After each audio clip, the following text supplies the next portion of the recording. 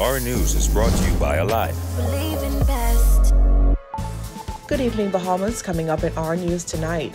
What former Prime Minister Christie says he told the outgoing Prime Minister hours before the election results came in. I said, I've come to tell you, you have lost the general election.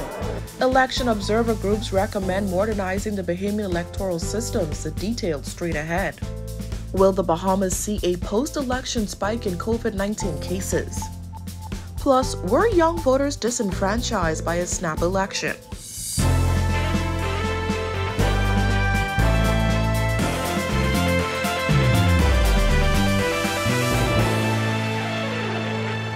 Welcome to our News Weekend and thanks for joining us. I'm Georgie O'Bain. It's Sunday, September 19th. Topping news tonight.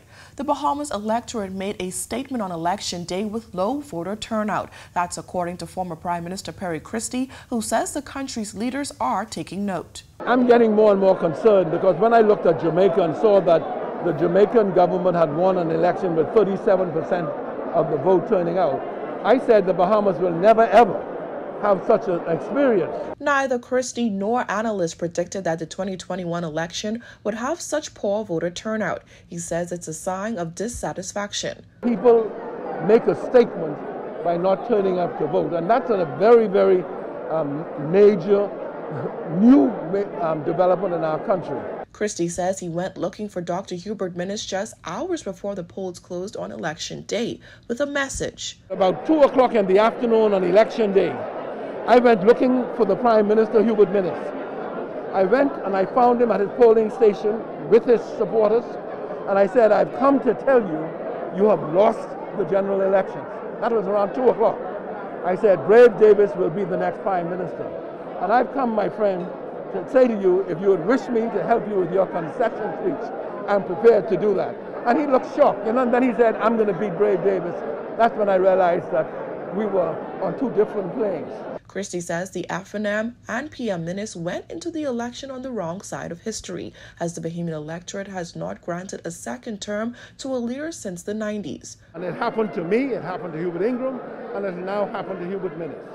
And Brave Davis, for his own future in politics, must try to understand during this 5-year period what is the basis of that phenomenal sort of historical feature. Does Christie believe there should be a fixed election date? If you want to survive, you must know and believe that in the last 24 and a half years, no government has won a consecutive term.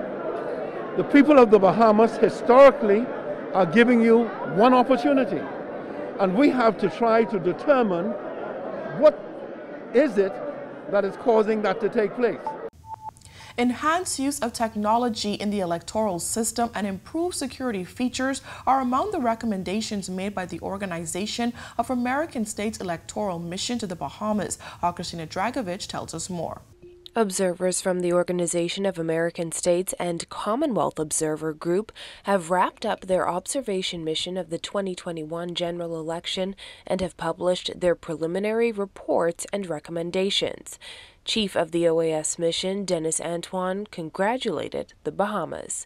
I congratulate you on your democratic commitment displayed during the advance and overseas polls, which took place on September 9th and on Election Day, September 16th. A top recommendation that was put forth by both the 2012 and 2017 OAS missions was for the Bahamas to consider adopting legislation to govern campaign finance. That legal framework would limit campaign spending and prohibit anonymous and foreign contributions, as well as oversee the flow of money in and out of political campaigns. The 2021 preliminary report notes that there has been no action in this regard. In an effort to reduce the level of human error in the registration process and on voters' cards, the OAS mission recommended the introduction of biometric voters' cards. That recommendation was also made in 2017 as a step to improve the efficiency and security in elections. The OAS mission also noted that there was no secure electronic transmission system for preliminary electoral results, and it was a mostly manual process. Bahamas. It recommended the implementation of an integrated electronic results transmission system to reduce security gaps. A detailed report which expands on the mission's observation and recommendations will be presented to the OAS Permanent Council in Washington, D.C. and shared with all stakeholders in the Bahamas. The OAS mission also offered its assistance to the Bahamian government in developing the provisions of the recommendations and modernizing the electoral system and electoral processes in the Bahamas. Reporting for our news, I'm Christina Dragovich. Meanwhile, the Commonwealth Observer Group is recommending the establishment of an independent election management body that would oversee the entire election process. That, too, was a key recommendation made in the 2017 Commonwealth Observer Group that the Bahamas has not followed up on just yet.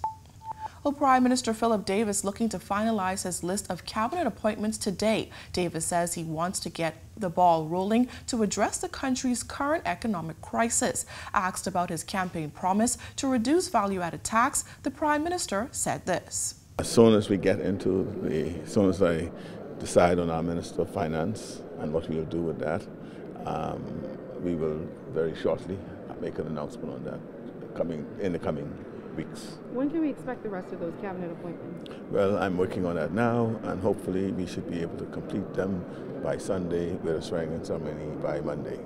We are ready to go, and I'm trying to get things because we do have these twin crises that we have to deal with. Davis promised to decrease VAT to 10% if elected to the office of Prime Minister. The minister-led administration increased VAT to 12%, a bump up from the 7.5% it was introduced at the Christie administration, where Davis served as Deputy Prime Minister. With the Progressive Liberal Party winning 32 of the 39 seats, many have speculated who will fill Davis's cabinet. While some MPs have made their interest known, most say that they're just ready to get to work. While the full slate of cabinet appointments has not been made just yet, Tall Pines MP Dr. Michael Darville says he has the capacity to serve as Minister of Health, and he's ready if the Prime Minister sees fit. If it's the Prime Minister's decision, I'm ready to serve. We have a lot of work to do. I have a lot of institutional knowledge as it relates to the issues that faced us. As a former or as a member of the PLP COVID Task Force, we brought a lot of recommendations to the government. Some they implemented, some there was no response. And could noted QC Wayne Monroe see the appointment of Attorney General? Brave would know that I'm available to him, and he will know that any reasonable request he makes of me, I will comply with. I've been very well behaved. Centerville MP Attorney Jomo Campbell says he's looking to make an immediate impact in his area. The most immediate change for me would be trying to improve the morale of the people at an all-time low. I think the low voter turnout speaks for itself. Voter apathy, a lack of trust really in politicians and persons who come around supposedly every 5 years. So for me, that's the most immediate change. Baines and Grantstown MP Wade Watson said he's looking to make some swift changes with a focus on uplifting inner-city youth. But improving the lives and the living conditions of our constituents is first and foremost for me. Making certain that our youth get the opportunities that they need in order for them to be independent, to be themselves and have a voice in this community. Golden Gates MP Pia Glover Rule has a 3-point plan for her constituents, and she's looking to get started as soon as this week. I am an advocate for enterprise. These 3 pillars are what Golden Gates will stand on: a strong sense of community, lots of empowerment of our people, especially our youth, a melding point for where the young people and the old people will come together, because with the old there is wisdom and with the youth there is strength. The first move by the Davis-led administration was to roll the 9 p.m. curfew back to midnight. While many rejoiced, some questioned if it was the right move given the country's current COVID crisis. However, PLP Tall Pines MP Dr. Michael Darville says he doesn't think that it will have much of effect. We made a decision that we have to balance between our economy and COVID. There's a section of the Bahamian business community that has been completely eliminated. If we do not act, we will have individuals who continuously go out of business, and many people who are unemployed are waiting for the opportunity to get back to work. We have to be very wise and we need to go it by a step approach. We believe going to 12 o'clock will not be an issue. The new midnight curfew will not affect COVID-19 case numbers, according to Darville, who served as the chairman of the PLP's COVID-19 task force. Darville said the move was to revitalize the economy. The next step is to beef up policing and enforce COVID-19 protocols. What we intend to do immediately is policing. It is important that if you have put laws in place, you must be able to police the laws to ensure that they are enforced. So we must begin to improve and expand upon our COVID policing. And the Bahamian people must realize the economy is essential, but COVID is a killer. You have to balance the act. Darville says the new curfew doesn't mean the PLP is throwing caution to the wind. He assured that health safety protocols will continue to be carried out. We're going to make sure that people wear masks. We're going to make sure that business follow the rules as it relates to gathering. But we cannot allow COVID to keep us hostage and cause a whole section of the economy to die. Many people are out of work. Many people work in these industries, and it's important for us to get the economy rolling again. Well, still to come on our News Weekend, why one doctor says the Bahamas may see an uptick in COVID cases soon. Did young voters miss the opportunity to vote? Plus, it's been a busy week in the Bahamas. Our quote of the week is still ahead. Stay with us. The great True Bahamian Treasure Hunt is here, where you can win great vacation prize packages to hotels throughout the Bahamas. Watch Our TV on weeknights between 6 and 11 p.m. for your 10 True Bahamian clues. Take note of your answers and clues. You never know, you might see the same clue twice. Follow Our TV Originals on Facebook to submit your correct answers before 11 a.m. every Saturday. Watch Our News Saturdays at 7:30 p.m. to see if you are the weekly winner. If you didn't win, watch for clues next week because the contest runs all summer long. Go to Our TV Originals Facebook page for more information and contest details.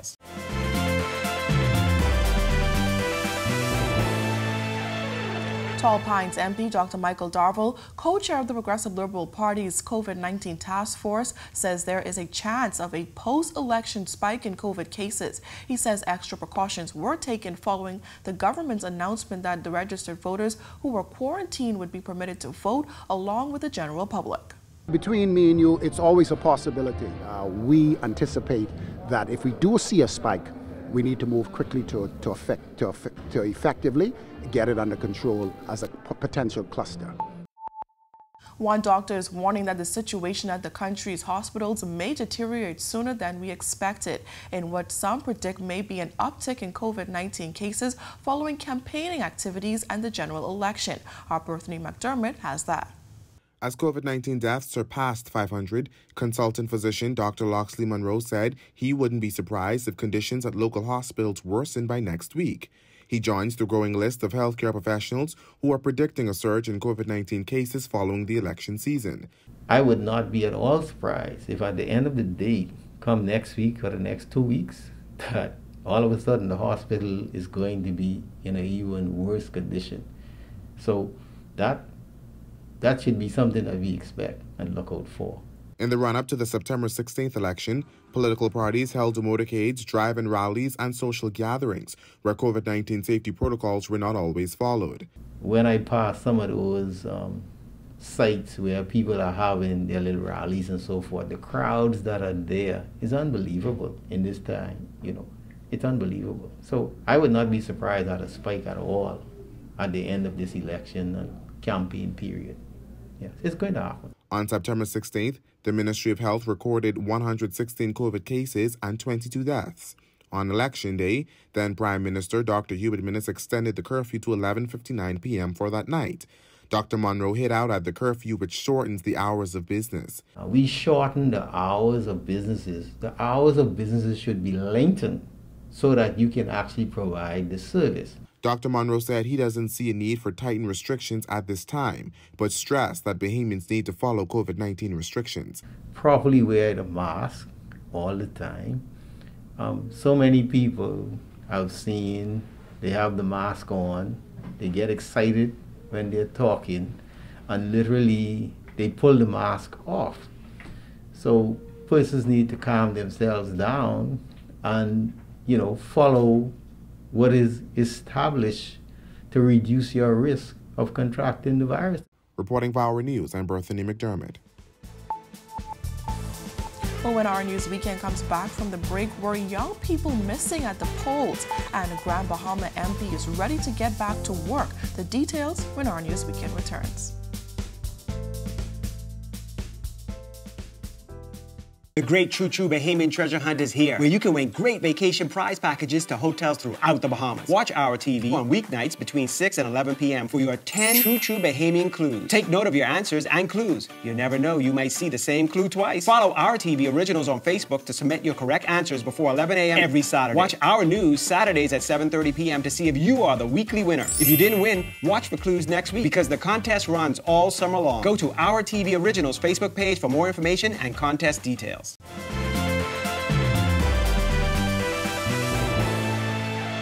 You're watching Our News Weekend. Thanks for staying with us. Well, Prime Minister Philip Davis says Bahamians voted with brave hearts on September 16th, but he noted that low voter turnout and a number of people who are unable to vote. Our Christina Dragovich has that.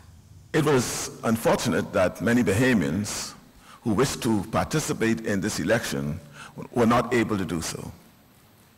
And it was the first time in modern Bahamian history that so many voters were disenfranchised. And I hope it is the last. Prime Minister Philip Davis says the right to vote is an essential right in democracy, but some observers believe young or first-time voters may have been cut out of that equation. Our population in the Bahamas is very young, and so there were probably a large number of people that would be voting for the first time that just didn't register, so they didn't have the opportunity to come to the polls. Associate Professor at the University of the Bahamas, Dr. Nyambi Hall Campbell-Dean, says another factor that may have deterred people from voting is the current COVID-19 surge. And while some felt safe on Election Day, others were concerned that the crowds and disorganization witnessed at the advanced poll would spill over on September 16th. I felt fairly safe. I was concerned about 6 feet. So it didn't feel very tight, or it didn't feel like something that would absolutely stop me from wanting to go to the polls, the situation at the polls. But I definitely think that there were some people maybe after just seeing what happened in early election were like, I'm not going to chance it. Reporting for Our News, I'm Christina Dragovich. Newly elected Member of Parliament for West Grand Bahama and Bimini, Obi Wilchcombe, says the Davis administration will have its work cut out for it on Grand Bahama. For starters, he says, there's the Holmes Rock Junior High School and the administrative complex in West Grand Bahama that he wants to see completed. That administrative complex was to serve as an economic stimulant, because if you move all the offices there, immigration, customs, police, the court system, national insurance, a couple of things would happen. First and foremost, people would not have to travel the distance to receive their national insurance that they've had to do. That's the elderly people. Then, of course, you have all the licenses and everything that you require you can get in 8 Mile Rock. Then it'll be immigration, because we have some immigration problems we have to deal with. And, of course, the police. Now, with the completion of that system and that structure, we then could cause for what exists today at the administrative complex on the Bayshore side, that would be transformed into a cultural center. We wanted to have the most richest cultural center in the entire country right there. The PLP snagged 2 of the 5 Grand Bahama seats during Thursday's election. However, Wilchcombe says that there are major plans for that island. We have some land issues we have to deal with. So many of our people are living on land that they don't really own yet, so we have to clear up some papers. The large population of immigrants, children born of Haitian parents. I mean, today they still don't have documentation. So we got to fix that, because it's creating too much marginalization, too much hate in our communities. We have to bring people together. And so those are some of the things that I want to work on for the general area. Now in West End in particular, it's going to become that tourism mecca again. Who said it? The quote of the week is coming up when Our News Weekend returns. The great True True Bahamian treasure hunt is here, where you can win great vacation prize packages to hotels throughout the Bahamas. Watch our TV on weeknights between 6 and 11 p.m. for your 10 True True Bahamian clues. Take note of your answers and clues. You never know, you might see the same clue twice. Follow our TV originals on Facebook to submit your correct answers before 11 a.m. every Saturday. Watch our news Saturdays at 7:30 p.m. to see if you are the weekly winner. If you didn't win, watch for clues next week because the contest runs all summer long. Go to our TV originals Facebook page for more information and contest details.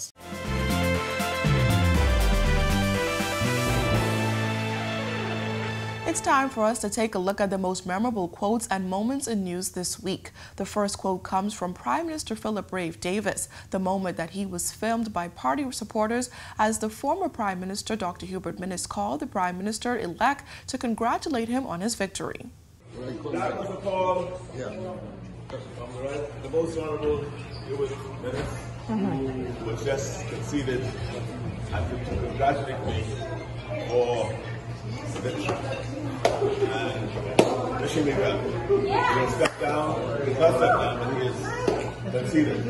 I will now invite us to go. I have still working on something to say to you in that event. And I will invite you all to join me at the airport. Yes, sir? In Dubai. Right now. So I can give a statement to the press, and I hope it will carry by and the Bahamian people. The second quote comes from the leader of the Coalition of Independents, Lincoln Bain, who said despite the results, his party won the general election. We did not win at the polls, but we transformed the conversation of an entire nation. We have changed the trajectory of an entire nation.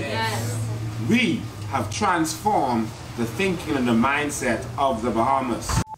And the final quote of the week comes from elated motorists who celebrated as Munnings Road was reopened election night. This will make it way easier than everybody jam up on Gladstone Road. They go down the way, they haul up. When they come to you, and everybody just come to you, half that way, half this way. Just make it way easier for people. That was a dumb decision.